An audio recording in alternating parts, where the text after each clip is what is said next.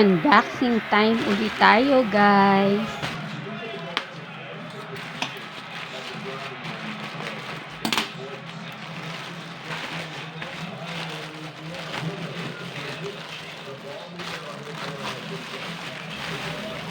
Wow, ang ganda ng placemat na aking pong nabili sa Shopee. Super ganda ng quality niya, guys. Makapal. Tsaka ang ganda ng color niya. Ko niyan para dito sa round table namin. Super sulit. Ang ganda ng quality niya. Hindi siya basta-basta placemat lang. Ayan. So, ito yung dati namin placemat, si Rana, tsaka medyo matagal na rin po ito at 4 na piraso lang siya. Kaya, pinalitan ko na siya.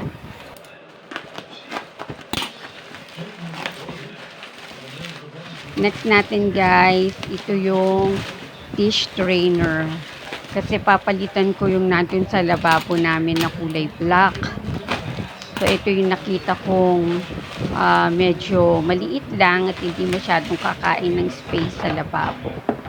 Color white siya. Makapal ang kanyang pagka-plastic. Ayan. Tsaka mas madali mong makikita yung dumi dyan. May lagayan na siya ng kutsara.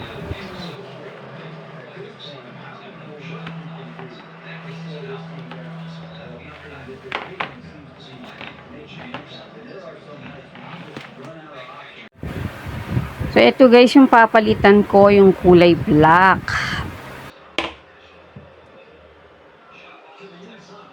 So, ilalagay ko na lang siya sa ilalim. Kasi marami kami mga kaldero. Ayan. So, dyan nakalagay na yung iba namin mga kawali tsaka takip. So, itong pinili ko, yun ang ipapalit ko. Actually guys, ito meron siyang daanan ng mga tubig na drain galing dun sa mga hinugasan mo. Diyan lalabas yung water papunta directly sa lababo. Itong namang una kong nabili, lalagay ko pa rin dyan. Sayang din naman siya magagamit pa. So, ito na ngayon ang itsura ng aking pong lababo. Pero guys, nag-decide ako na pagpalitin sila ng pwesto kasi masyadong mahaba yung nabili kong kulay puti. Ito namang ating placemat, itry natin siya na ilagay dun sa bawat chair natin. So, may 5 chair kami sa aming dining table. Ang pinili kong placemat, bali 7 pieces. Para yung dalawa nasa center. Nakalagay yung mga food natin every time nakakain tayo. Nakakasyala ang social ng dating ng ating pong placemat. Ang ganda ng quality nito guys. Super.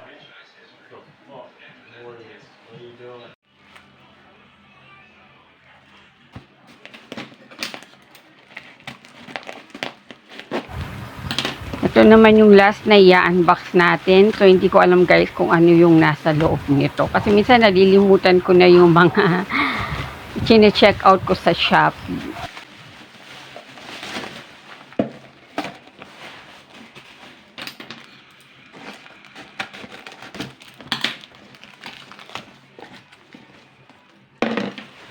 Dishwashing dispenser pala to. So, mapapalitan ko na yung dating nasa lababo ko. Diyan mo ilalagay sa loob niyan yung pinakasabon. May free sponge pa siya. Ito yung dati kong ginagamit. May takip yan na wala. Hindi ko alam kung nasaan. Tatanggalin na natin siya dyan. So, lalagyan na natin siya ng sabon. Ubus na pala ang aming sabon. Kailangan na namin bumili uli. Ayan. Ilalagay mo siya dun sa loob. Para hindi naman sayang yung natira sa bote, lagyan natin siya ng tubig.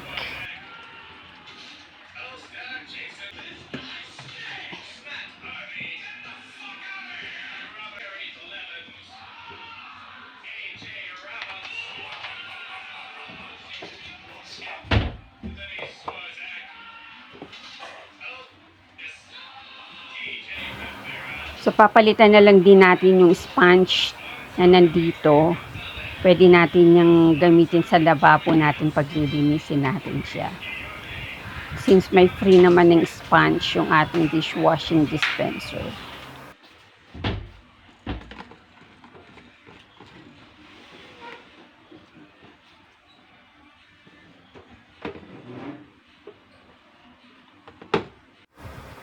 Diyan lalabas yung sabon kapag pinrest mo siya. Kailangan nakaangat yon at naka-connect yung pinaka-tube dun sa pinaka-sabon para kapag pinrest mo siya, lalabas dun sa butas dun.